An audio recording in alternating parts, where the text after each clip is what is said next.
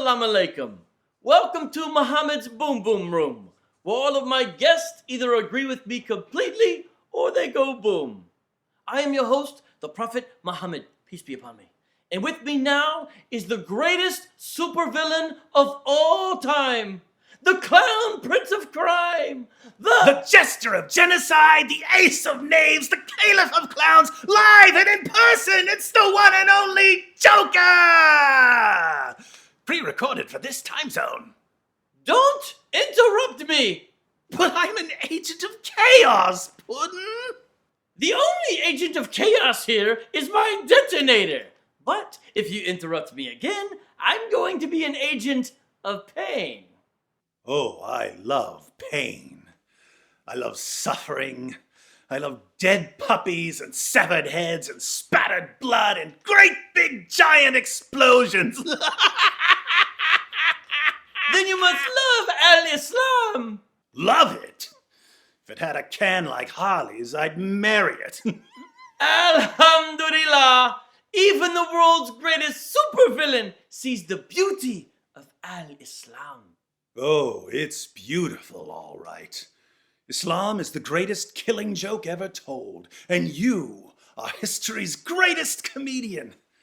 That's why we love you. Just imagine an ideology that spread for 14 centuries by terrorism and torture, dismemberment and rape, seizing every little boy and girl in its path as slaves and sex slaves, piling up treasures of pilfered gold and gems, all while tearing down prior cultures, obliterating music and science and philosophy and every other form of enlightenment that stands in its way, leaving nothing but oppression and cruelty and a joyless instability wherever it scurries. Only to reach the present and find politicians and journalists and educators and entertainers cheering it on, their riotous applause drowning out the cries of its maimed and deformed victims. Humanity's love affair with Islam only proves my point. Deep down, we're all attracted to that sexy beast called chaos. I'm just the one who's honest about the attraction. Wrong. People love me because they know that I'm the last prophet of the great God Allah. The great God Allah sent me to tell everyone that they need to submit to him, and that the only way they can submit to him is by obeying everything that I say about how to go to the bathroom, how often to shave your pubes, how to kill lizards and dogs, and if they dedicate their entire lives to living and thinking and walking and talking and dressing and shaving and going to the bathroom exactly as I say, then the great God Allah will allow them to spend all eternity deflowering young virgins. Good one. Now let me try. Ladies and gentlemen, hobos and tramps, cross-eyed mosquitoes and bow-legged ants, I come before you to stand here before you to tell you a story I know nothing about. One morning, in the middle of the night, two dead fellows stood up to fight. They stood back to back, facing each other, drew their swords and shot each other. If you don't believe my lie, it's true. Ask the blind lady on the corner. She saw it too. So how did I do? How did you do what? All you did was spout a bunch of nonsense. Oh, that's not what we're doing? I thought I was a student in your master class on the art of homicidal comedy. Comedy is haram. Comedy is haram. That's it! There's the messenger of mirth we've all been waiting for. I'm so glad you finally got your own comedy show. You make the Marx Brothers look like the Brothers Grimm. This is not comedy. I have been sent by the great God Allah to show people the halal and the haram and to shout Allahu Akbar as we cut off the heads of anyone who says that Islam is not a religion of peace. And I thought my jokes were bad. This is not a joke. I received revelations in a cave. I'm not a fan of caves. Too many bats. How can I make it any more clear to you that I am not joking? Wait, are you telling me that you're serious about this? I had the utmost respect for Islam when I thought of it as some sort of cosmic killing joke. And I loved you to death when I regarded you as the world's first homicidal comedian. But if you're saying that you're actually serious about Islam, why, you must be crazier than I am. I'm not crazy. The great God Allah declares again and again in the Quran that I'm not crazy. In Surah 7, verse 184, Allah says that there is no madness in me. In Surah 15, verse 6, the unbelievers call me crazy, but Allah knows that I'm not crazy. In Surah 17, verse 47, the unbelievers say I am bewitched, but Allah knows that I'm not bewitched. In Surah 23, verse 70, Allah says that I'm not possessed. In Surah 25, verse 8, the unbelievers again say that I'm bewitched, but Allah knows that I'm not bewitched. In Surah 34, verse 8, Allah again says that there's no madness in me. In Surah 34, verse 46, Allah says yet again that there's no madness in me. In Surah 37, verses 36 to 37, Allah says that I'm not an insane poet. In Surah 44, verse 14, the unbelievers again call me a madman, but Allah knows that I'm not a madman. In Surah 52, verse 29, Allah tells me once more that I'm not crazy. In Surah 68, verse 2, Allah reminds me again that I'm not crazy. In Surah 68, verse 51, the unbelievers again call me a madman, but Allah knows that I'm not a madman. And in Surah 81, verse 22, Allah says one more time that I'm not crazy. How many times does the great God Allah have to say, I'm not crazy, before you'll finally understand I'm not crazy? So your God has to remind you over and over again, like a beating drum, that you don't belong in Arkham Asylum? Peace be upon me. And you and your followers would memorize these revelations and recite them regularly? Peace be upon me. I have to say, Mosey, you're only proving my point. What kind of sane person needs to be relentlessly reminded that he's not batcrap crazy? What sort of sane prophet needs his followers to constantly recite verses claiming that he's not stark raving mad? Stop trying to convince me that I'm crazy. If I'm crazy, why do I have 1.6 billion followers? Why is Al-Islam the world's fastest growing religion? You're still proving my point, Mosey. See, there's no difference between us and everyone else.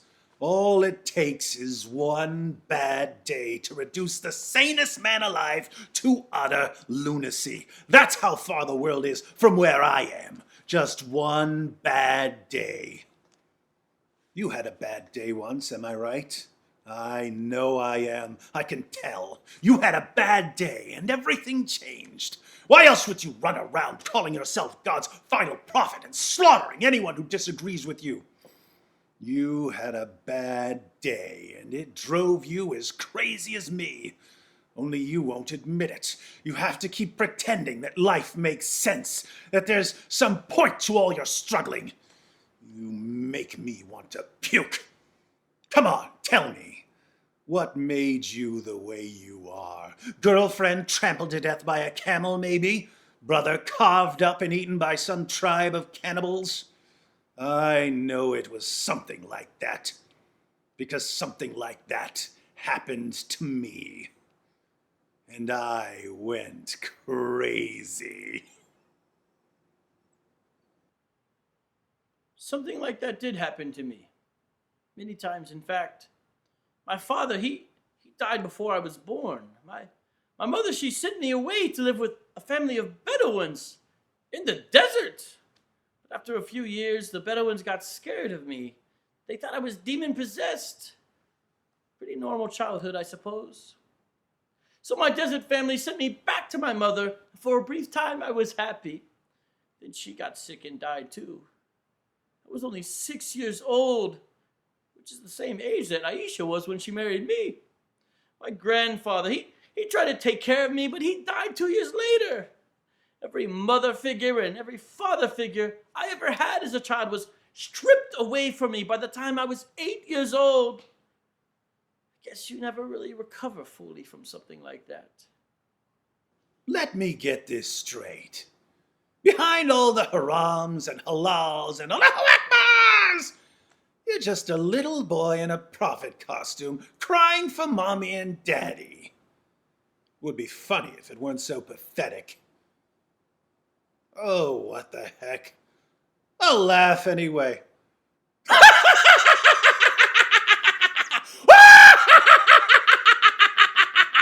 Stop laughing at me! Haven't you ever heard of the healing power of laughter? Stop laughing at me! Stop it! I can't stand it when people laugh at me! Do you have any idea how many people I've killed simply for laughing at me?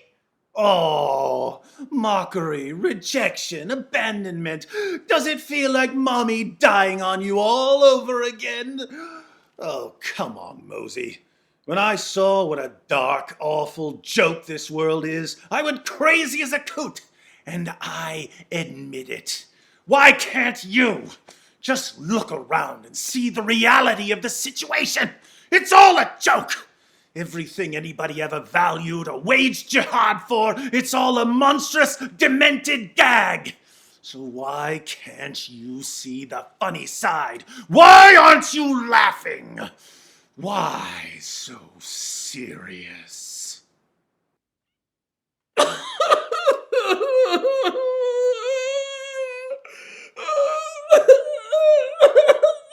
Well, looks like I can cross "watch a grown man cry" off my Christmas list. Thanks, Mosey. Christmas is a romp. You've got to break them down before you build them up. Now, let's put a smile on that face.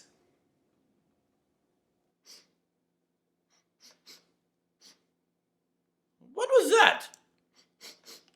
It's a little concoction I call Joker Venom. It'll make you feel better. Read the small print for the side effects. Why are you telling me to read the small print? Small print, large print, font size doesn't matter because, as everyone knows, I can't read. Wait for it.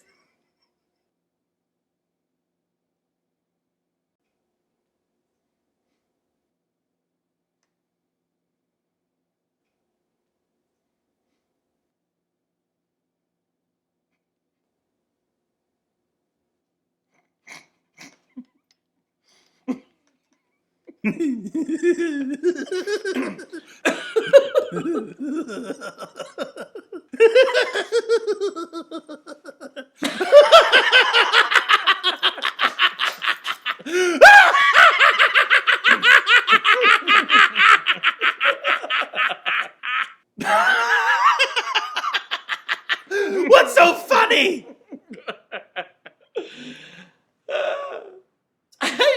I just remembered something. Tell me.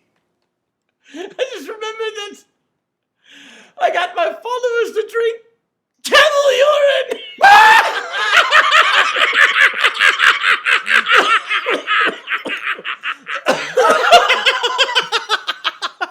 Here's another good one. Think of it. The two of us, me and you, trying to find meaning in a meaningless world. Why be a disfigured outcast when I can be the clown prince of crime? Why be an orphaned boy when you can be a prophet? What a joke! Ooh, I know. How about a magic trick? Life's been good to me. I'm going to make some of these verses disappear. Ta-da! Abrogation! Abracadabrogation!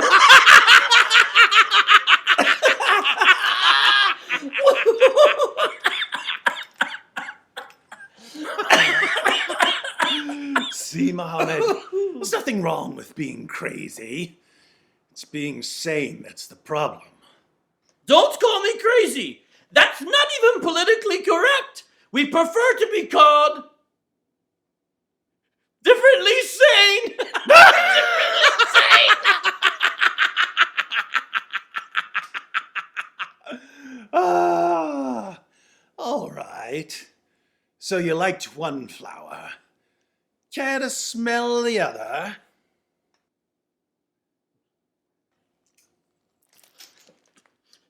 Hey, what was that? Camel pee!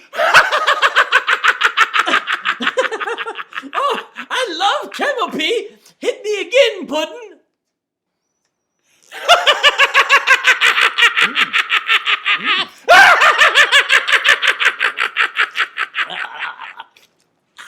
The Joker's classic camel pee prank!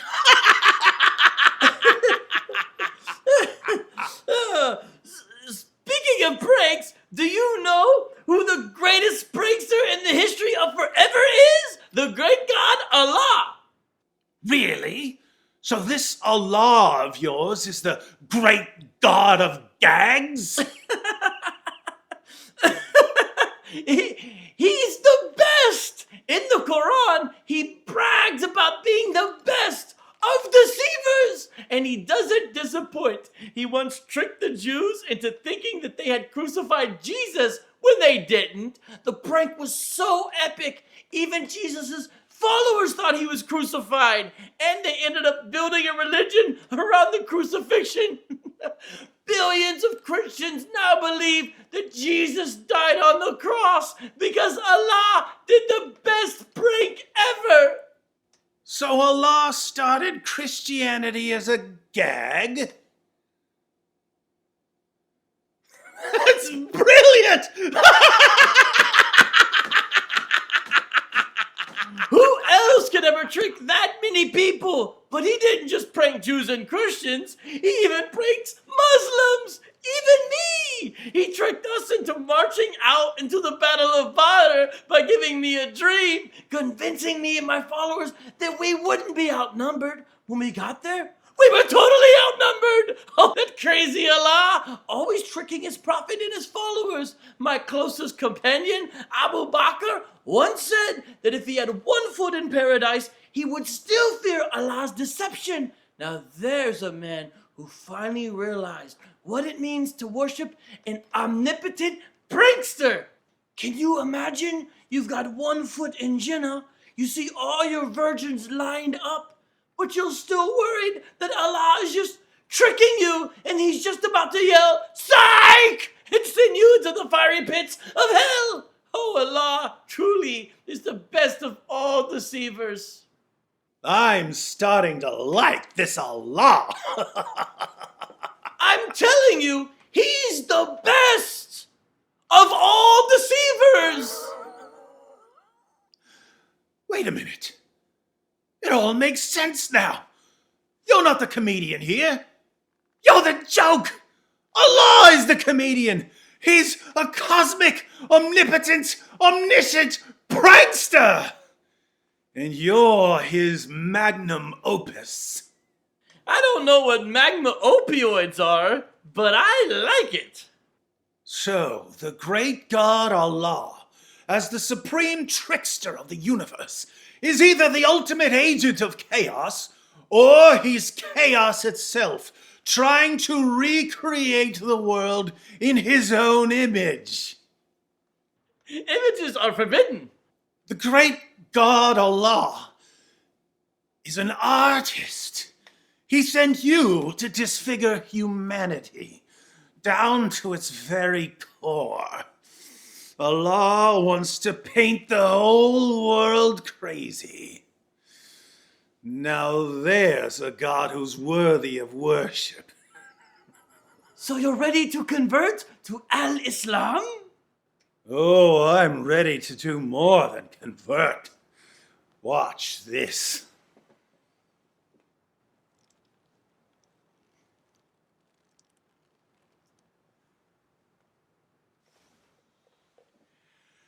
I am a prophet prophet of the great God and best comedian and prankster and deceiver ever, the great God Allah! Hey, that's not funny, even with the Joker venom. Pump your brakes there, Mosey. There's a new prophet in town. Well, then this town needs an enema. Careful! The clown prince of prophets doesn't take kindly to being serious. Now, as your prophet, I order you to start laughing! You're lying! You think that just because you're the only person in history who's whiter than I am, you get to be a prophet? Allah told me I'm his final prophet. Oh, really?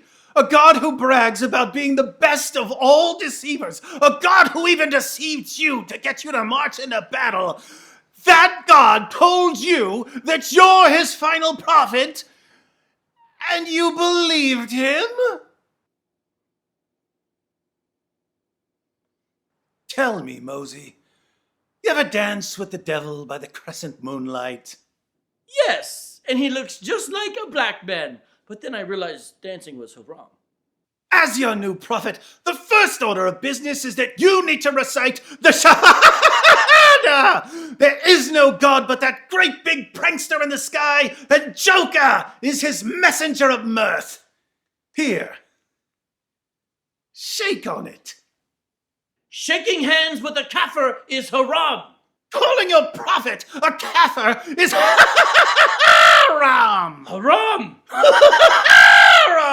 Haram! Haram! Sanity is just like jihad. Sometimes all it takes is a little push of a button. Well, what are we waiting for? Let's blow ourselves up and get our standing ovation!